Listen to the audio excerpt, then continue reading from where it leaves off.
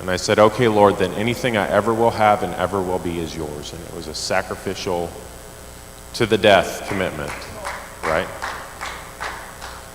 And from that point on, I knew God was calling me to some form of ministry, whether it was pastor or missionary or something like that. I told him I didn't want to be a pastor because I didn't want to have to deal with church drama, right? Now he has me doing it all the time, all over the country, so God's got a good sense of humor. I also told him I didn't want to go to California, but look where I am now, right? So,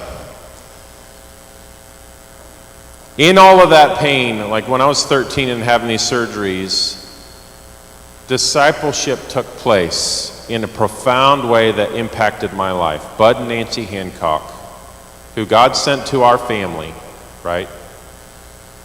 They started a Good News Club on the base, CEF, Child Evangelism Fellowship.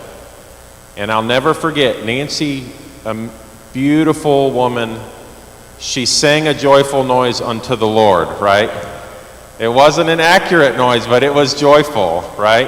And it was beautiful. I will never forget Bud and Nancy, Bud with his guitar, them singing, good news, Christ died for me. Good news, if I believe. Good news, I'm saved eternally. That's wonderful. Extra good news, right? And we'd yell out good news. Bud and Nancy invited me to go with them to the fairgrounds where they had a booth where they shared the gospel with people. Right? They incorporated me as a 13-year-old kid into their life. And then when my family had to move and I had to stay in Arkansas to finish out my surgeries, they took me into their home. And they lived Christ.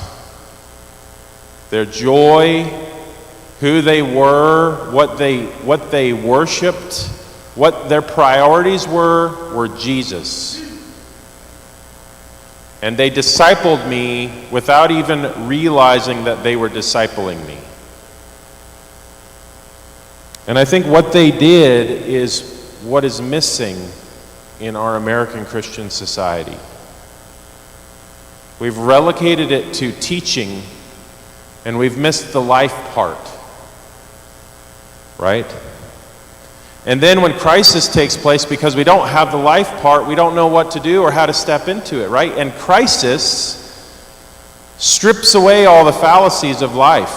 Crisis causes you to question yourself. It causes you to question God. It causes you to question what your priorities are. And people either turn toward God or they turn away from God.